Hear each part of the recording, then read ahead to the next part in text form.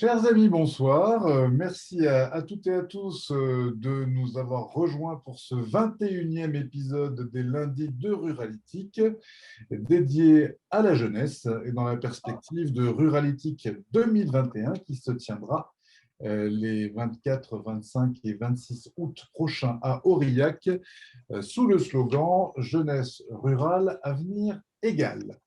Et nous avons l'honneur, le privilège et le plaisir d'accueillir ce soir Valérie Joussaume, autrice ou auteure de Plouc Pride, la fierté rurale, qui, voilà, je le dis à chaque fois, je ne le dis pas parce qu'elle est là, mais qui est, de mon point de vue, le meilleur livre de développement territorial que j'ai lu depuis 10 ans. Voilà. Donc, sans plus attendre, je vais laisser Valérie nous expliquer pourquoi nous pouvons être fiers d'être ruraux et ruralement fiers. Donc, Valérie Joussaume, c'est à vous. Merci Sébastien de me donner la parole ce soir pour vous présenter donc un petit peu mon livre, enfin en tout cas une partie. Je vais essayer de vous expliquer ce que j'appelle la Plouc Pride. Donc ce livre, c'est un livre de prospective, c'est une réflexion prospective pour les territoires ruraux. Mon idée, c'était de construire un nouveau récit pour les campagnes et de participer à la construction, à la co-construction d'un récit pour un futur désirable, un récit qui serait distinct de l'effondrement, hein, puisque à partir du début des années 2010, s'est développée donc toute une approche sur les échecs de notre propre culture et son probable effondrement. Et donc, mon idée était d'essayer de proposer un récit collectif, de participer à une réflexion collective pour peut-être pas éviter l'effondrement, en tout cas préparer autre chose. Donc ce livre, je l'ai écrit entre 2015 et 2019. Il a été présenté à l'université en 2020. Il est paru tout début 2021. Donc entre-temps, il y a eu le Covid qui a eu un effet simplement d'accélérateur ou de mise en valeur de l'affaire. Mais sur le fond, finalement, les tendances lourdes, elles étaient là. Plouc Pride, je vais partager. L'idée, en fait, c'est j'essayais de répondre à la question et maintenant on fait quoi? Souvent, moi j'ai fait beaucoup de conférences à partir de 2015 et la question au-delà de toutes les réflexions sur la ruralité, les services, le numérique, la protection du foncier et j'en passe, l'alimentation, il y avait un peu et maintenant on fait quoi? Tout le monde voit bien qu'on est dans un monde en changement, qu'il y a quelque chose qui cloche, il y a quelque chose qui s'est grippé dans notre modèle de développement. Et donc, c'était ça un peu la question. Et maintenant, on fait quoi? J'ai essayé de donner du sens au changement pour répondre à cette question. Alors, je vais partager un écran pour... alors, un de mes dadas, hein, c'est j'ai un esprit de synthèse. Et du coup, alors pourquoi ça ne marche pas? Il faut que j'avance comme ça. Voilà. J'ai un esprit de synthèse et j'aime beaucoup faire des approches très synthétiques qui permettent d'avoir une vision un peu large des choses. Alors évidemment, dans les 30 minutes imparties, il y aura sans doute des sensations de simplification, mais bon, l'idée de la synthèse est de pouvoir simplifier tout en être simple sans être simplé. Donc, l'idée que je développe dans le bouquin, c'est que nous vivons une transition anthropologique majeure. C'est-à-dire ce qu'on appelle la transition, trop souvent, ça c'est limité à la transition énergétique, climatique. Et pour moi, la question climatique, elle est pas anecdotique, mais elle n'est qu'un morceau de la transition. Et donc, pour ce faire, je suis partie des grandes aires anthropologiques qui avaient été esquissées par Fernand Braudel pour vous montrer, enfin pour essayer de montrer dans quel type de transition on se trouve. Nous sommes dans une transition où notre façon d'être au monde, c'est-à-dire notre relation à l'espace et au temps, c'est-à-dire au monde terrestre, euh, est en train d'évoluer et donc notre relation à nous-mêmes, notre corps, qu'est-ce qu'on fait là, le sens de la vie, et bien sûr notre relation aux autres. Alors, dans l'histoire de l'humanité, on a connu trois grands types anthropologiques. L'ère sauvage, le temps des chasseurs-cueilleurs, voilà, le monde est un terrain de chasse. envie de prédation sur un environnement. On peut dire d'un point de vue corporel, on est plutôt dans des réponses instinctives sans passer par le mental. Et puis, on est plutôt dans l'ère de la grande mère, la vie semblant naître du sexe des femmes. Ensuite, donc la première grande révolution technique qui nous fait basculer d'un point de vue anthropologique dans autre chose, c'est la révolution néolithique, c'est-à-dire la révolution agricole. C'est l'invention de l'agriculture. Bon, je ne refais pas toute l'histoire parce que sinon on va dormir là. Et donc là, on entre dans l'ère paysanne, c'est-à-dire que le fondement des sociétés, c'est la production de nourriture, le commerce des produits agricoles pour l'essentiel. C'est une société, c'est la société, on va dire d'un point de vue, sexuel parce qu'il y a pas de grande révolution anthropologique sans révolution sexuelle. Là, on est dans l'ère du père, c'est le patriarcat, physique incarné. Donc voilà, donc on pourrait dire que c'est l'ère de la localité. Donc il y a un primat spatial, hein, le poids de l'espace est très fort. C'est, l'ère des communautés. Communautés, il y a 2 niveaux de communautés, hein, les communautés familiales, le lignage et cetera et les communautés villageoises et ce sont des sociétés dont le lien social est fondé sur des relations de réciprocité. C'est-à-dire ce qui est donné aujourd'hui sera rendu, en temps et en heure. Bon, l'ère paysanne, on pourrait développer, mais vous voyez à peu près les cultures paysannes, bon. Ces cultures paysannes, en fait, cette grande ère anthropologique, elle a pris fin avec, la révolution industrielle, c'est-à-dire la maîtrise mécanique du feu, de l'énergie du feu avec, le moteur. Bon, donc moi j'appelle ça l'ère de la modernité. On pourrait dire aussi l'ère, thermo-industrielle, l'ère, du capitalisme, l'ère, des villes, l'ère urbaine. C'est aussi, la naissance de l'anthropocène, ce qu'on appelle aujourd'hui l'anthropocène, que moi je n'utilise pas. C'est un terme géologique qui a tendance à nier les dimensions sociales et je trouve que c'est un terme géologique qu'il faut laisser aux géologues. Donc c'est l'ère de la modernité, c'est notre culture qui s'installe. On peut dire que là, on est dans l'ère de la mobilité. On a un primat spatial, hein, l'espace, la puissance de l'espace paraît amoindrie. Donc on est dans l'ère de la mobilité des individus, des marchandises, des idées. C'est l'ère de l'individualité, hein, donc on va sortir l'individu va s'extraire des communautés villageoises et familiales et c'est aussi l'ère de la marchandisation comme base de la relation sociale. C'est l'ère de on va dire là, le monde est une usine, hein. Pour nos ancêtres paysans, le monde, on va dire, est aménagé dans une logique de potager, durabilité, fertilité. L'ère moderne, c'est vraiment l'ère, le monde est aménagé comme une usine, l'ère de l'efficacité économique, de la rationalité économique. Et donc, il y a eu une transition entre l'ère paysanne et l'ère de la modernité qui s'est traduit par un effondrement de toutes les cultures paysannes et la disparition des paysans, remplacés par quelques agriculteurs.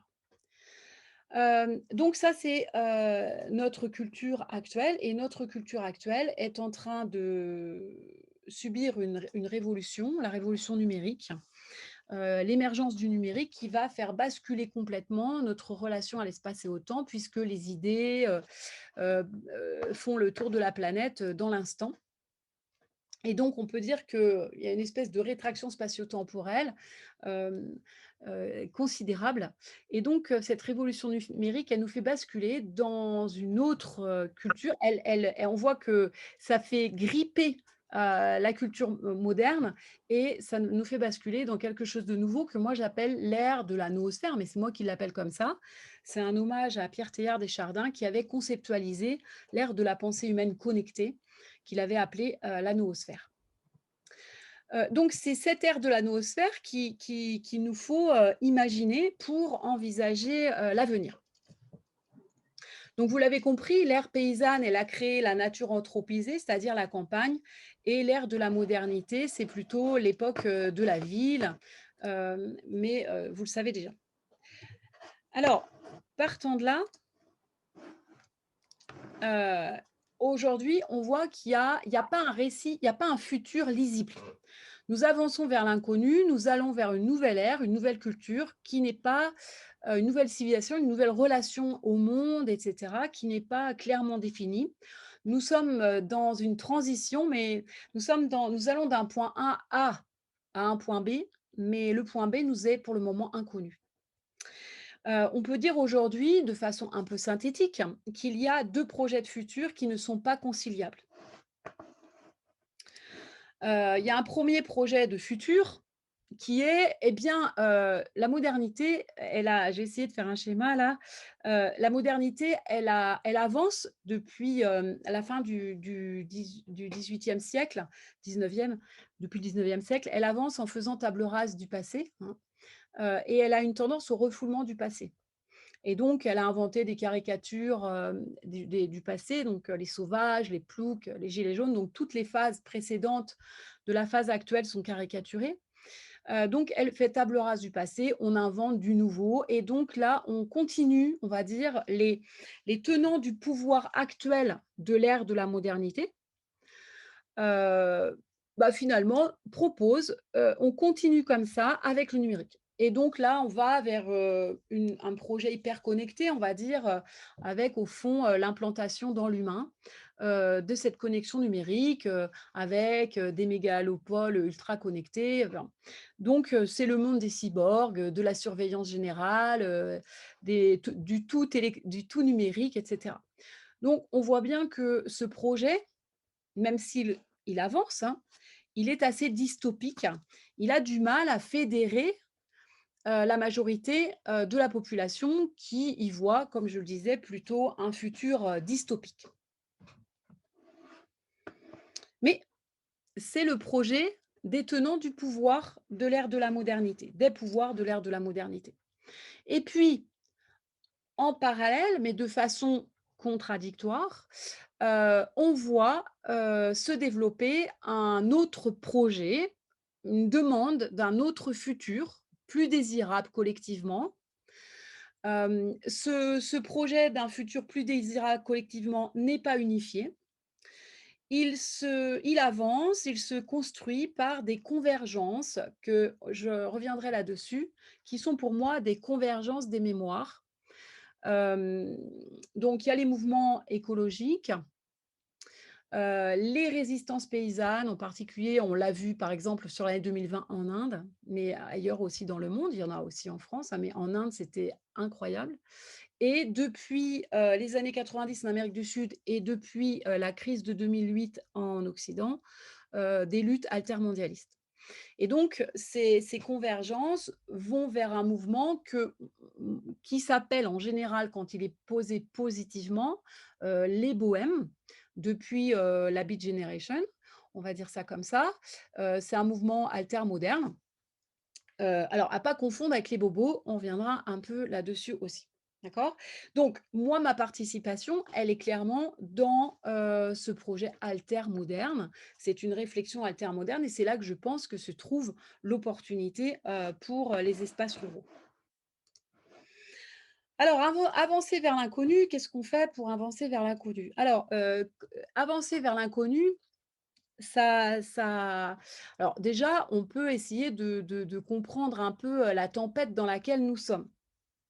Alors, j'ai essayé un petit peu de résumer de façon synthétique les tempêtes dans lesquelles nous sommes. Donc, vous avez sur la partie, gauche, l'ère de la modernité, c'est-à-dire notre culture avec les signes de l'effondrement qui sont engagés. Personnellement, je pense que l'effondrement est engagé. Alors, il y a 2 types d'effondrement. Il y a les excès de l'accumulation capitaliste, c'est-à-dire, hem, on va dire l'hubris complètement, libéré, donc qui, entraîne une crise écologique, une compétition pour l'accès à la ressource à toutes les échelles, de l'échelle planétaire jusqu'à l'échelle des individus et la marchandisation de toute relation humaine. Donc ça, ce sont des échecs. Hem Et puis en dessous, il y a l'effondrement sous l'effet de la révolution numérique.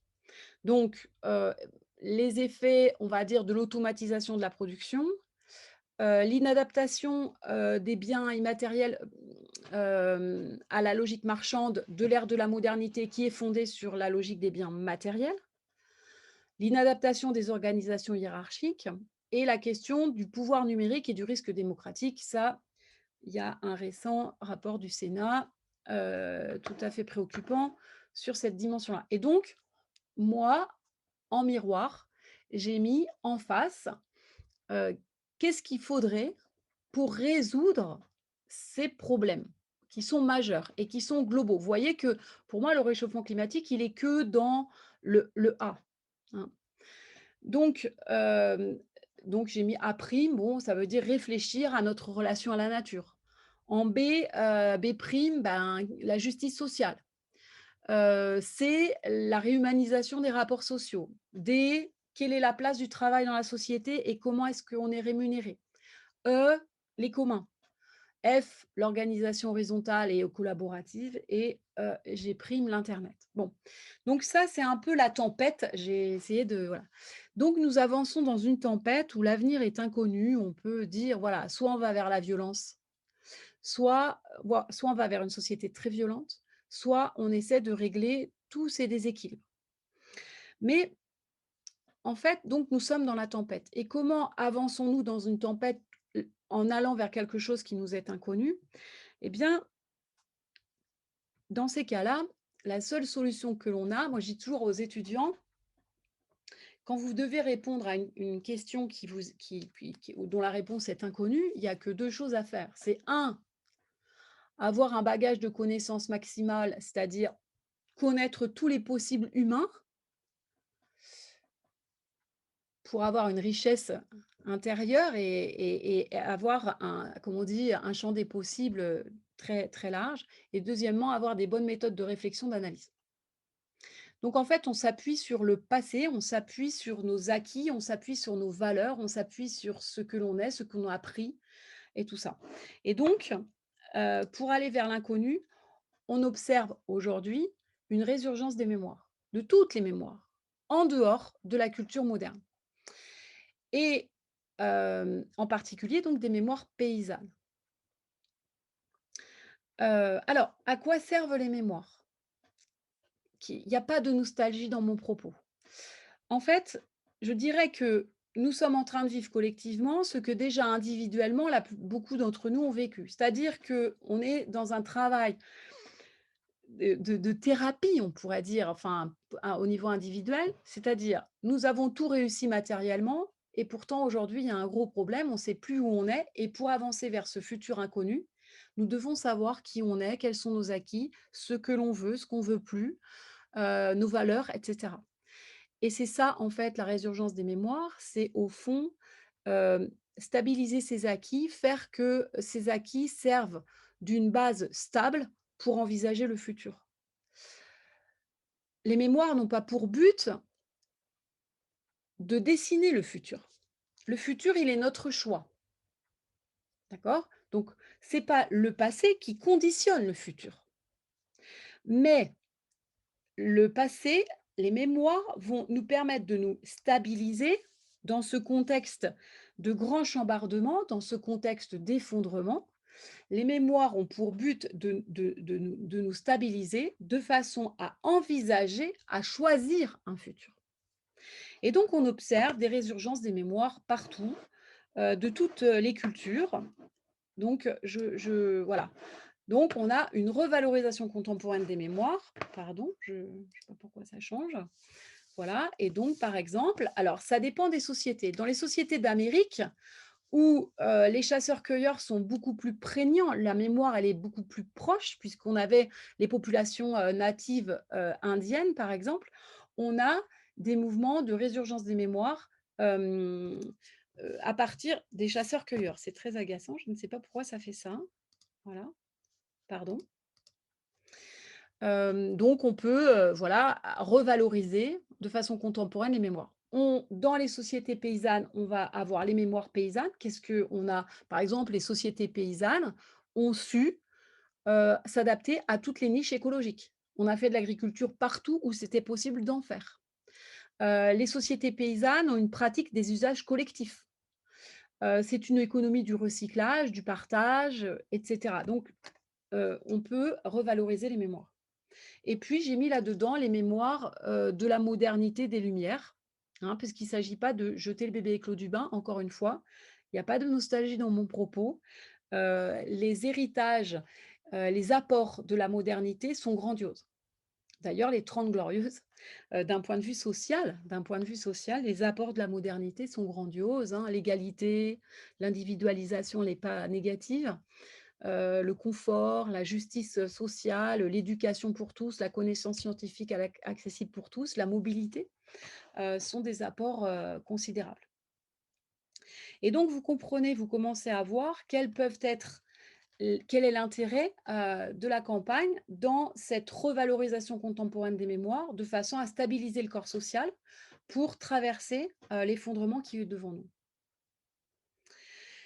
Et donc les campagnes, pour moi, ont un rôle important à jouer, dans l'invention du futur. Alors, s'il fallait encore insister, je dirais les choses un peu différemment, sous un autre angle. On pourrait dire que la culture moderne, elle est en crise et c'est Einstein, je pense, qui dit ça, on ne peut pas résoudre un un problème avec le niveau de conscience qui a créé ce problème. D'accord? Donc qu'est-ce qui est en crise? La culture moderne. Quel est son épicentre? On peut dire que, on le sait, bon, l'ère de la modernité, son origine anthropologique, sociale, culturelle, elle se trouve au cœur des bourgeoisies marchandes de l'Europe de la Renaissance. C'est là où on va avoir les premiers signes d'une culture moderne, différente de la culture paysanne, de l'ère paysanne où il y avait l'aristocratie et les paysans. Il y avait un petit groupe très marginal de cette ère paysanne, les marchands. Et les marchands, ont construit, une autre façon de voir le monde qui s'est ensuite complètement étendue à l'ensemble de la société avec la révolution industrielle. Donc l'épicentre de la culture moderne, c'est le mental, la raison logique, le cerveau logique, l'hémisphère logique des hommes, des classes bourgeoises, des grandes villes, de l'Occident, c'est-à-dire de l'Europe et de ses descendants. Et donc, où se trouvent les altérités? Où se trouvent les marges où il peut y avoir autre chose? Eh bien, ces marges, on va dire, beh, je les ai mises, en face, hein. Donc c'est l'imaginaire, donc on va dire l'hémisphère, créatif. Hem, c'est le féminin, alors je dirais pas les femmes, le féminin, on va dire, chacun ayant, les 2 polarités. Donc là, on va dire, c'est les é qu'est-ce qui fouille ça? Ce sont les études de genre aujourd'hui qui fouillent ça, qui réfléchissent à ça. Les classes, dominées, les bon, alors là, ce sont les études radicales. L'opposé, on va dire la dualité opposée de la grande ville, c'est les campagnes dans l'Europe et on va dire toute l'Eurasie. Ça peut être la nature sauvage, par exemple en Amérique, du Nord, ça par exemple en Australie, des choses comme ça et le monde non occidental. Ça, ce sont les études, post-coloniales. Pour, l'étude des campagnes, il y a un mouvement qui s'appelle les études territorialistes italiens qui ont lancé il y a une dizaine d'années une réflexion, et donc vous voyez qu'en fait, les campagnes font partie de ces altérités, hein. Ce sont des marges, on va dire les marges de la culture moderne, ceux qui ont été marginalisés par la culture moderne, qui ont des apports et c'est là que se trouvent tous les mouvements de fierté, c'est-à-dire les mouvements des prides. Hem, donc les mouvements de Pride, ce sont des mouvements d'empowerment, c'est-à-dire des mouvements de reprise d'affirmation. Les mouvements des fiertés, les Pride n'ont pas pour but de se séparer du monde. Au contraire, ces mouvements de Pride, ils ont pour but de c'est une revendication à un apport contemporain, de ce qu'ils sont pour inventer, le nouveau monde. Et donc, les prides sont souvent, ce sont des populations qui étaient donc plutôt marginalisées, dévalorisées par l'épicentre de la culture moderne. Et donc, ce sont des mouvements, en fait, les mouvements de pride, c'est des mouvements de resignification subversive. C'est pour ça que j'ai appelé le bouquin Plouk Pride. C'est une resignification subversive. C'est un peu comme le mot nègre qui ne peut plus être utilisé si vous n'êtes pas vous-même noir. parce que c'est considéré comme une insulte, sauf si on en fait une resignification subversive, c'est-à-dire je me réapproprie l'insulte et j'en fais, une fierté. Donc Plouk Pride, c'est l'idée qu'on est guéri de la blessure. J'arrive à dire: «Je suis un Plouk» ou descendant de Plouk ou fils de Plouk, que si je suis guéri du sentiment, d'infériorité culturelle, et sociale qui est associé à ça. Donc, c'est ça que j'ai voulu, partager avec les espaces ruraux. Alors, vous voyez, c'est un peu conceptuel, je vous le partage un peu avec vous ce soir, mais j'espère que ça ne vous a pas complètement, perdu. C'est un peu conceptuel, mais c'est ça que je trouve intéressant, en fait, moi, pour moi, en fait, c'est, que c'est en faisant des conférences que j'ai eu envie d'écrire pour les ruraux et c'est aussi avec mes lectures que ça m'a permis de donner du sens au changement et c'est ce partage que j'ai voulu faire, cette, vulgarisation, cette diffusion démocratique du savoir pour donner du sens au changement et d'expliquer aux campagnes qu'elles ont un rôle fondamental à jouer dans l'invention du nouveau monde, d'un monde alter-moderne, c'est-à-dire un projet de futur qui sort vraiment de l'ère de la modernité et on invente, la société de demain. On n'essaie pas de continuer notre société actuelle de façon intenable dans la révolution numérique. Alors inventer, concrètement, qu'est-ce que, je vais juste, faire tendre quelques fils peut-être un peu plus opérationnels, je ne sais pas. Donc qu'est-ce que moi j'en ai ressorti? Eh bien, en fait, c'est quoi la campagne de demain? Vers où on va? Alors, on va vers, moi, ce que j'appelle la troisième ruralité, les ruralités bohèmes. La première ruralité, c'est la c'est impossible. Les premières ruralités, c'était les ruralités paysannes, d'accord? Bon, ça, tout le monde voit de quoi je parle. Les ruralités paysannes traditionnelles qui ont existé en France jusqu'à la Seconde Guerre mondiale environ. Donc là, on avait, les sociétés paysannes et puis, il y avait une diversité des espaces ruraux en France qui s'organisaient à partir de là. C'était un, les écosystèmes, hein, et puis 2, les systèmes familiaux de Emmanuel Todd et là, on avait différents pays, avec des ruralités différentes selon qu'on était plutôt en Bretagne ou, dans le pays occitan et cetera. Les ruralités paysannes. Ces ruralités paysannes, elles ont disparu. Elles ont été acculturées par la modernité, en un siècle entre 1850 et 1960. Ensuite, les campagnes sont rentrées dans l'ère de la modernité. Et là, dans l'ère de la modernité, les campagnes, elles ont eu plus de difficultés à trouver leur place, puisque l'ère de la modernité, c'est l'ère plutôt de la ville. Alors, il y a 2 phases dans cette ruralité moderne. Il y a la phase, je dirais, des 30 glorieuses, où là, on est dans les campagnes productives modernes. Donc l'idée, c'est d'apporter, par exemple, c'est de moderniser la production, donc l'agriculture, mais aussi c'est toute la diffusion de l'industrie de main-d'œuvre dans les espaces ruraux. Et donc là, il y a vraiment des politiques de l'État et on va dire un capitalisme national industriel qui va rechercher cette main-d'œuvre de la campagne. Et donc, on va avoir un certain nombre de campagnes qui vont passer au stade moderne, productif, et on va trouver que ça, c'est bien et ça va s'opposer aux campagnes qui restent un peu dans un jus paysan qu'on trouve complètement archaïque. Ensuite, on va dire, 1975-1990, c'est, la phase de périurbanisation. Donc là, la campagne va se moderniser, mais sur une base résidentielle.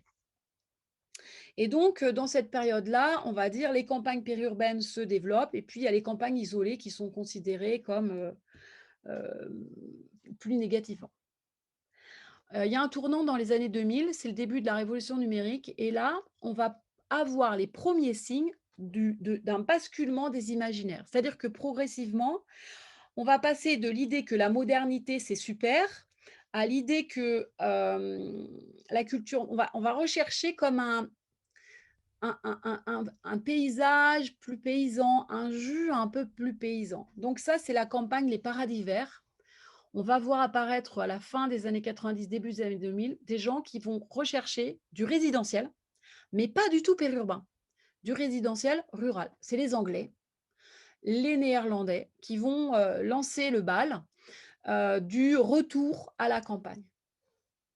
Et donc, on va commencer à avoir un imaginaire qui évolue et qui est un peu celui d'aujourd'hui. C'est-à-dire la campagne, qu'est-ce qui est positif? C'est les campagnes qui sont restées des paradis verts et on va commencer à trouver que c'est moche, les campagnes qui ont été transformées par la modernité, que ce soit la modernité productive ou la modernité périurbaine. On va vers on va continuer dans cette logique-là et on va vers un idéal de la campagne altermoderne, donc ce récit d'un nouveau monde, qui est à construire, qui se construit par la convergence des mémoires et cetera, qui s'opposera au vieux monde de la modernité. Donc voilà ce qu'il nous faut inventer. Qu'est-ce que c'est que ces campagnes du futur, altermodernes? Qui sont alors, pour la jeunesse, quel est le groupe social qui peut, d'après moi, hein, nous permettre de faire la transition. Alors, le passage de l'ère paysanne à l'ère de la modernité, il a été mené par la JAC, la JAC, la Jeunesse agricole catholique. C'était un mouvement agricole. Ce sont des gens qui étaient des biculturels, c'est-à-dire ils étaient à la fois du monde paysan, mais acquis aux idées de la modernité.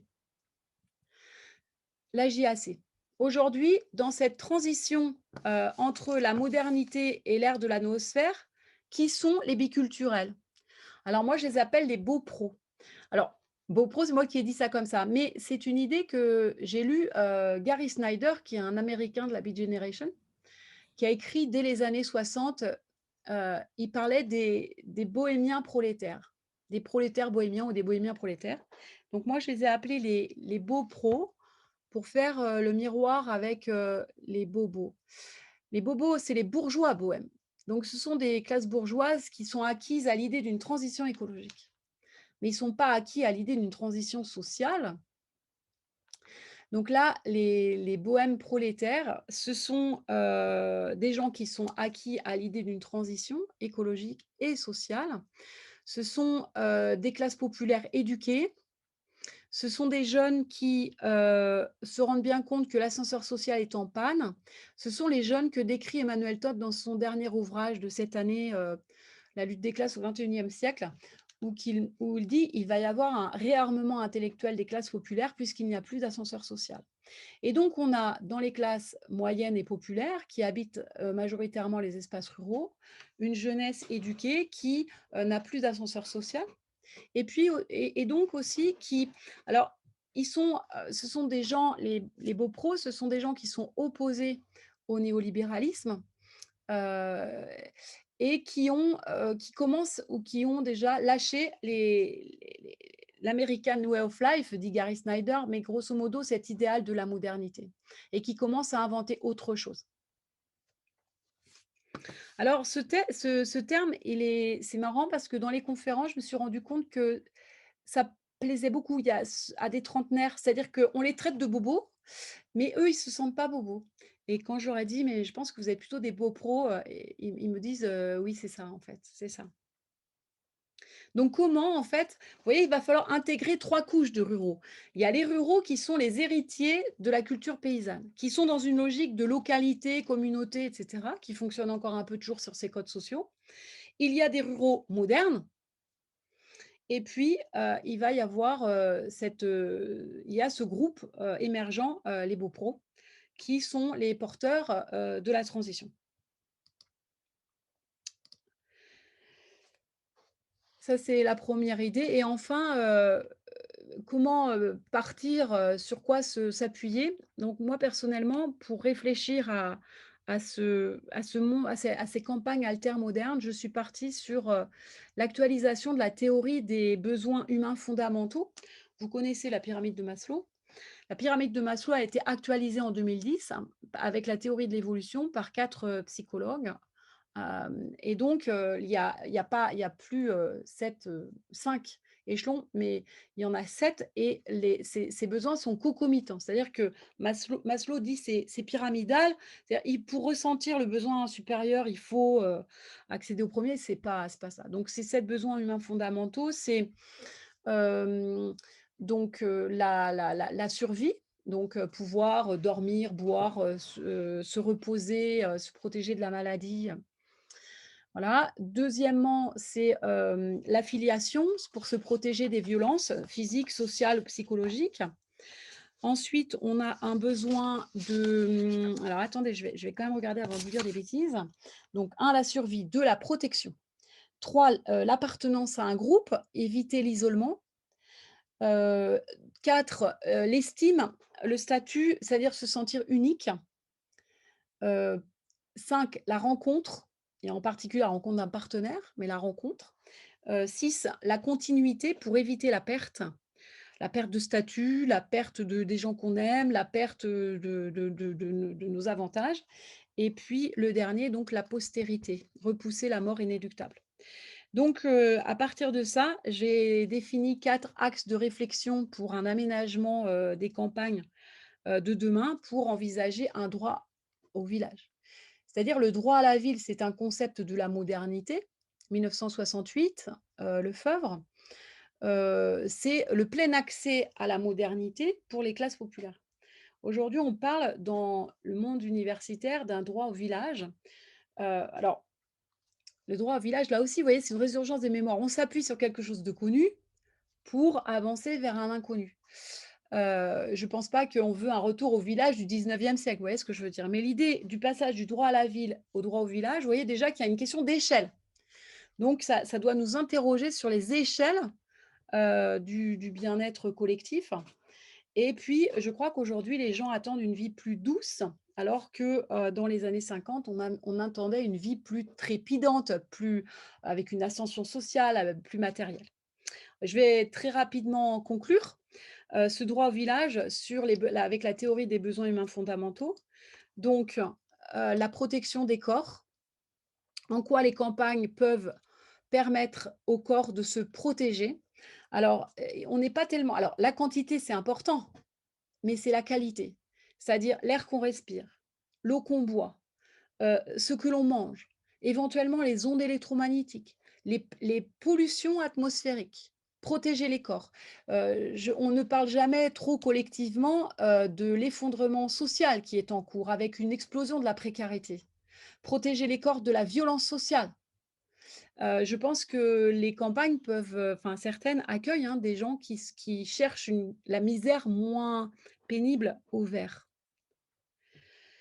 Donc, protéger les corps. Moi, je pense que dans l'aménagement, il faut ajouter une réflexion sur la protection des corps. Permettre au cerveau d'atterrir. La révolution numérique produit un égarement, dans l'espace et dans le temps. Je n'ai pas trop le temps de développer, mais il y a une espèce de rétraction de l'espace. On a tout se ressemble et il y a une confusion dans le temps. Et donc, le problème, c'est que notre, identité, le fait que j'existe, c'est bien parce que je suis incarnée dans un espace-temps. C'est ça qui crée mon identité, qui construit mon identité, la relation de l'espace et du temps. Donc, s'il y a une rétraction de l'espace-temps, il y a un égarement mental. On est dans une société de zombies, de gens qui vivent dans une vie machinale. On a, bon, je ne vous parle pas de, l'épidémie, générale de burn-out. Donc permettre au corps d'atterrir. Comment les campagnes peuvent aider, permettre de s'ancrer dans le temps, dans l'espace, de façon à revenir à une bonne santé mentale.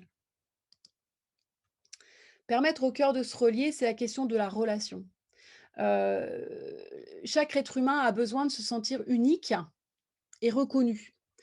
Mais pour se sentir unique et reconnu, encore faut-il avoir une communauté qui vous reconnaisse. Et donc dans une société globale, où tous les êtres sont interchangeables, dans une société de la jetabilité, que ce soit dans l'entreprise ou dans le couple, ce besoin d'unicité, il est complètement, insatisfait. Et donc, il y a, je pense, à l'avenir, comment les campagnes peuvent favoriser la question de la relation. Relation à soi, relation aux autres, relation à la nature. Hein. Est-ce que l'espace public, n'est qu'un espace de la mobilité, des voitures, par exemple? À quoi sert l'espace public? Et le dernier aspect, c'est permettre aux esprits de s'élever. Il y a dans notre société un besoin de postérité, c'est un besoin d'immortalité qui a disparu.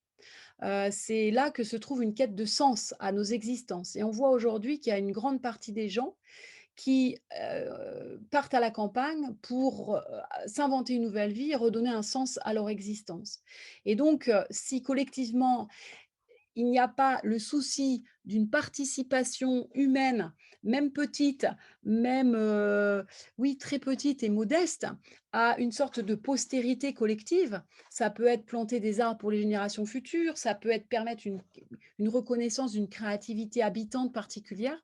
Eh bien, je pense que les campagnes vont passer à côté des besoins fondamentaux qui demandent à être satisfaits de nouveau et qui sont complètement insatisfaits dans la société hyper moderne dans laquelle on se trouve. Bon voilà mon propos, j'espère que je ne vous ai pas trop perdu, que ça vous aura intéressé. Je peux répondre maintenant à tout un tas de questions si vous en avez. Et j'espère en tout cas ça aura éveillé un peu votre intérêt sur ce travail. Merci Valérie, merci infiniment pour cet exposé qui m'a passionné comme à chaque fois. Mais je ne suis pas seul autour de cette table et peut-être qu'autour de cette table, certains de nos amis ont des questions à vous poser ou peut-être même des visions à vous opposer.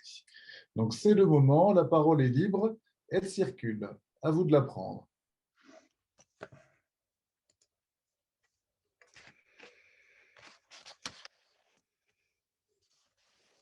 Sachant que ça a inspiré Jean-Marc, puisque cet exposé l'a fait se ressouvenir de l'interview de Edgar Morin. Voilà, donc on est aussi dans ces dimensions. Euh, non, vous avez donc vous adhérez à 100%.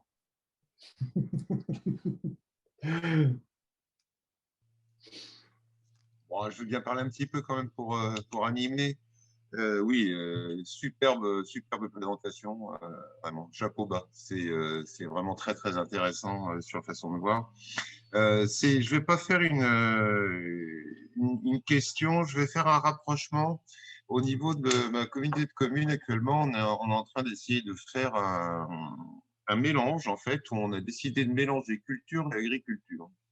Et en fait, on a créé des expositions culturelles et des événements culturels qui sont dans des fermes, où on associe en fait les événements culturels à la visite d'une ferme. C'est-à-dire que les gens peuvent venir pour voir ou de la musique ou des arts picturaux, mais on en profite en plus, surtout au niveau des enfants, pour faire découvrir en fait les métiers de la ferme qui ont été un petit peu oubliés. Et dans ce cadre-là, on a actuellement une opération qui s'appelle les microfolies, qui sont en fait des accès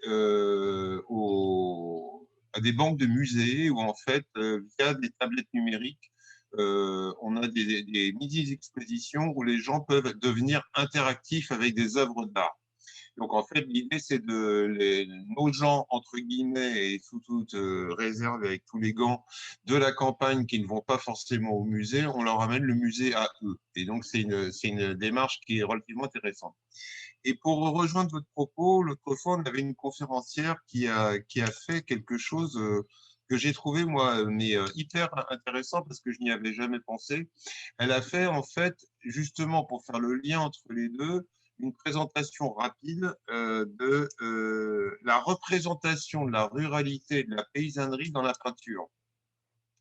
Et c'est assez intéressant parce qu'en fait, on se rend compte que jusqu'à une certaine époque, les représentations qu'il y avait de la campagne dans la peinture, c'était simplement limité au paysage. En fait, on ne voyait jamais les gens qui travaillaient, on ne voyait pas les ouvriers agricoles.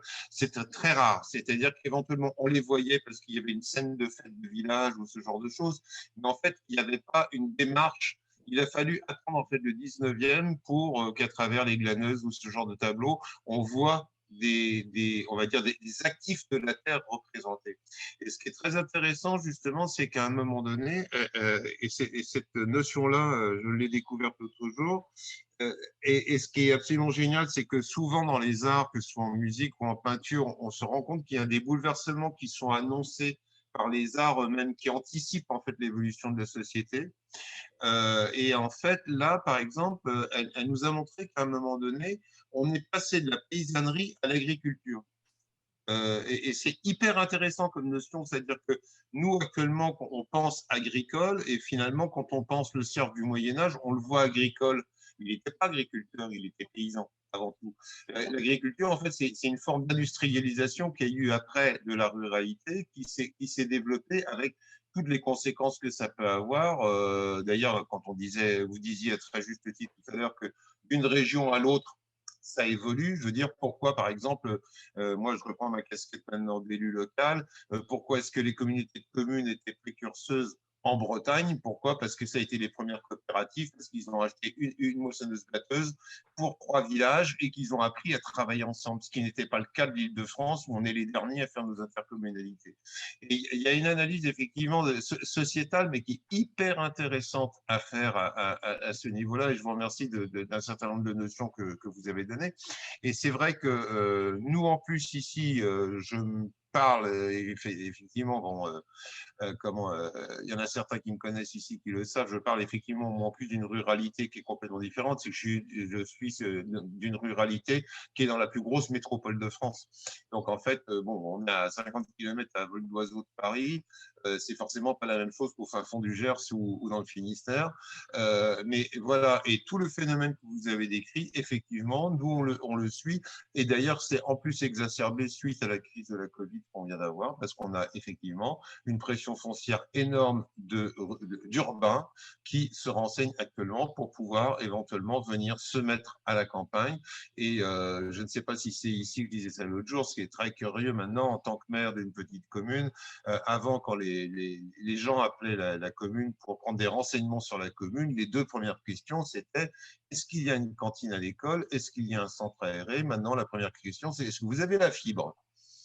Et voilà, donc voilà, on a changé, on atteint une nouvelle façon de voir les choses, mais qui je pense peut être un atout pour nos territoires, parce qu'on a un certain nombre de choses à valoriser. Le seul inconvénient, c'est, on va dire, le côté un petit peu consumériste d'un certain nombre de nos concitoyens actuellement, qui en fait, voilà, ils veulent venir ici avec tous les avantages, n'en avoir aucun inconvénient, et voilà, il y a la fibre, c'est bien, mais s'il y a un coq qui chante, c'est déjà un problème. Voilà. C'est ma petite participation pour ce. Merci beaucoup, Yannick. Merci pour ce témoignage. Qui souhaite réagir, questionner ou témoigner? Je rappelle qu'il y a une concomitance aussi entre ce travail réalisé par Valérie Jousseaume et puis l'émergence du hashtag Je suis un plouc Oui. porté par la MRF. Alors, vous n'étiez pas concerté en amont, parce que vous avez commencé à travailler le sujet en 2015, mais on se souvient que, effectivement, alors je ne me souviens pas complètement de l'acronyme, mais le P c'était pour proximité, le U c'était pour utilité. Est-ce que Cédric souhaite nous en dire un peu plus sur l'avenir qui sera réservé à ce hashtag Je suis un plouc? L'avenir est devant nous, comme d'habitude.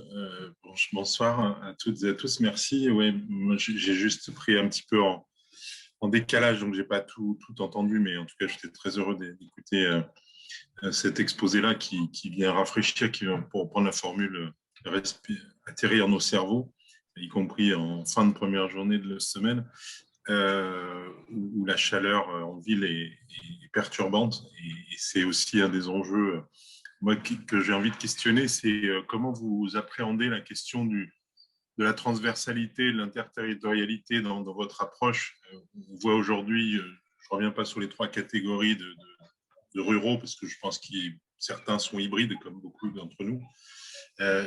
Et notamment l'hybridation, elle se fait par la multilocalisation. On est 3 jours urbains, 4 jours ruraux, et des fois ce mode-là, on l'appréhende parce que justement, on a passé une bonne partie de notre vie avant à la campagne et qu'on sait que c'est quand même plus sympa d'y vivre qu'à d'autres endroits, mais parce qu'on a aussi les capacités pour le faire, on a des racines, on a un ancrage, on a une maison, etc. Et donc, on travaille vraiment beaucoup cette question. Le L de Plouc, c'est liberté, mais la question, moi, que j'ai envie de poser comme ça pour amorcer aussi, c'est cette relation-là un petit peu en tension, au sens où un peu tout le monde se cherche, sur les relations ville-campagne. Là, vous l'appréhendez, vous, à travers l'habitant, mais nous, bon, par définition, par rapport à la nature de notre structure, on travaille aussi sur la question des collectivités, et on s'aperçoit que c'est quelque chose de relativement d'impensé, à la fois parce que beaucoup d'activités de nos habitants respectifs sont interdépendants. Il y a beaucoup de ruraux qui partent le matin, etc. Et l'urbain ne pense absolument pas cette question-là, de la même manière que le rural pense assez peu la venue du touriste et des aménagements en fonction de ça. Peut-être plus, je ne sais pas, c'est peut-être un prisme déformant de ma part, mais en tout cas, je sais que par exemple, pour être impliqué, puisque je suis lyonnais aussi, dans le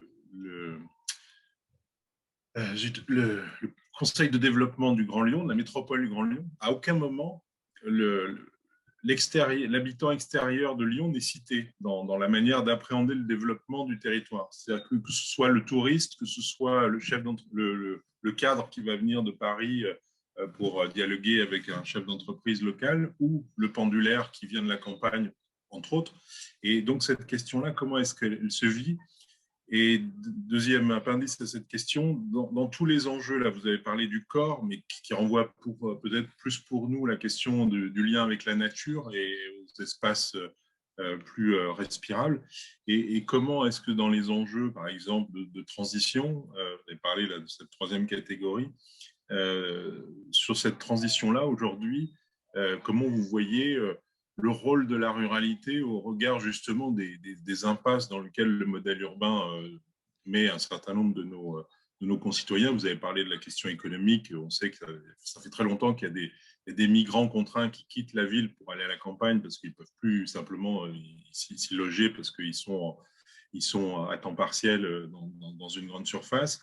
Et de l'autre côté, tous les enjeux liés à la pollution, à la question de la transition. La question, si Michel Maillat était là, il poserait la question aujourd'hui, comment est-ce que cette ruralité prend conscience de sa capacité à intervenir comme étant une solution sur la question énergétique. C'est-à-dire qu'on n'aura jamais de métropole autosuffisante, territoire à énergie positive.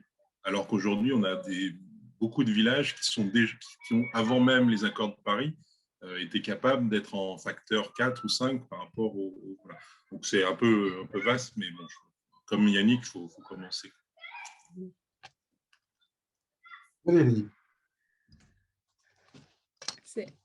Tu me donnes la parole, Sébastien? Oui. Je ne veux pas trop m'occuper, comme j'ai beaucoup parlé, je n'ose pas trop en rajouter parce que voilà. Donc, moi après, je n'ai pas une réponse personnelle à tous les problèmes.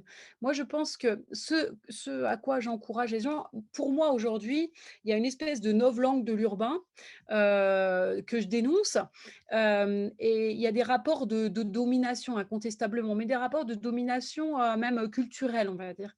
Il y a un sentiment d'infériorité qui est en train de se guérir de la ruralité, mais qui était là quand même et qui traverse un peu tout ça.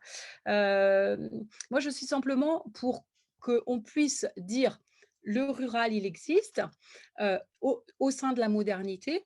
Il a des qualités et moi, je l'encourage à développer ses modèles propres. C'est-à-dire qu'on va dire au niveau international, il y a une espèce de catalogue des bonnes pratiques des grandes mégalopoles du monde, d'accord, qui donne le ton. Donc, on va avoir Los Angeles qui développe ça, et puis après, ça va être imité à Paris, et puis après, ça va être imité à Nantes, et puis ça se décline comme ça.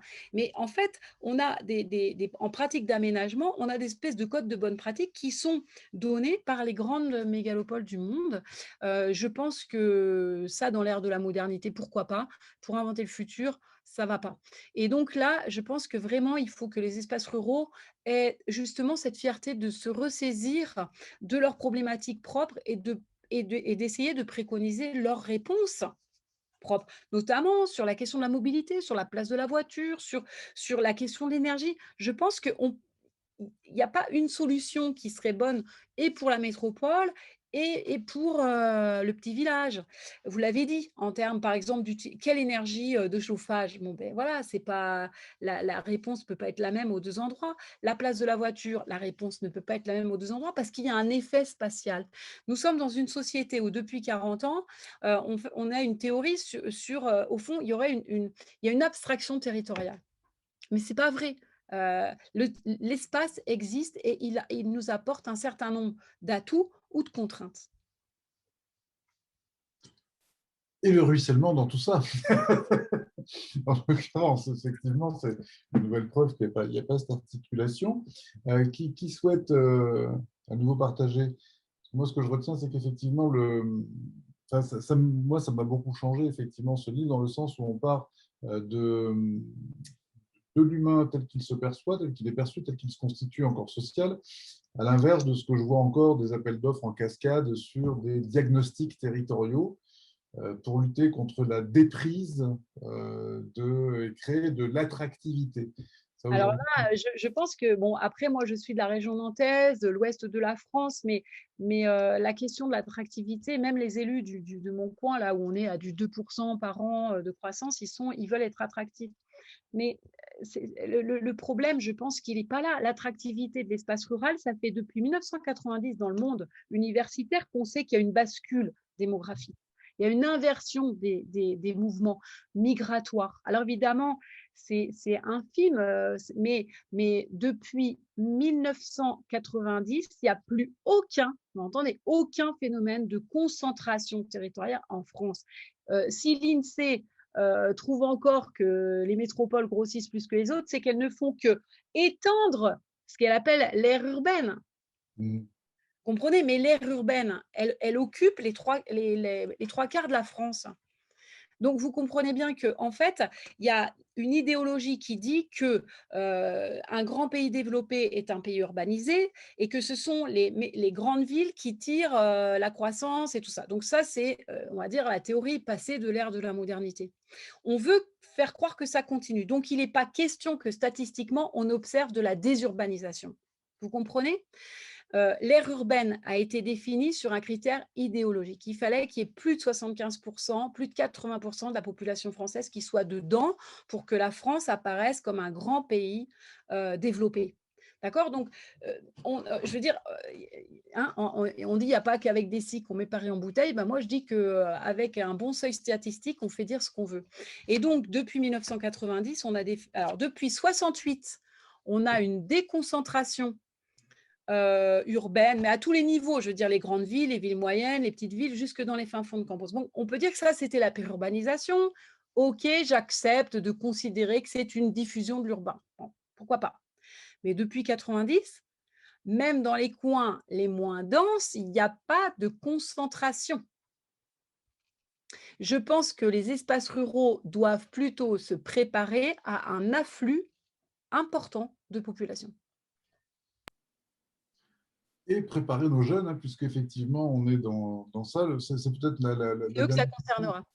Il nous reste 2 minutes. C'est peut-être ma dernière question, Valérie.